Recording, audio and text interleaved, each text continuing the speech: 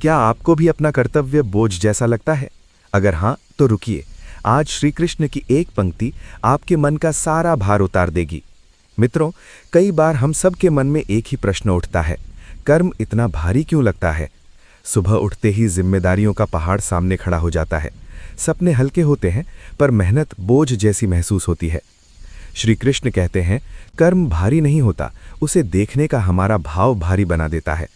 जब हम फल की चिंता पहले कर लेते हैं तो कदम कांपने लगते हैं, और जब केवल कर्तव्य को याद रखते हैं तो वही कर्म पूजा बन जाता है। सोचिए, अर्जुन के हाथ में भी तो धनुष ही था, पर मन में संशय था, इसलिए युद्ध का विचार उसे पत्थर जैसा दबा रहा था।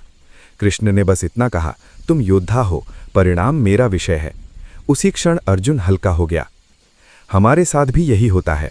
बच्चों की पढ़ाई, घर का खर्च, रिश्तों को निभाना, ये सब कर्म है। पर जब हम कहते हैं मुझे ही सब करना पड़ता है, तब कर्म नहीं, अहंकार भारी पड़ता है।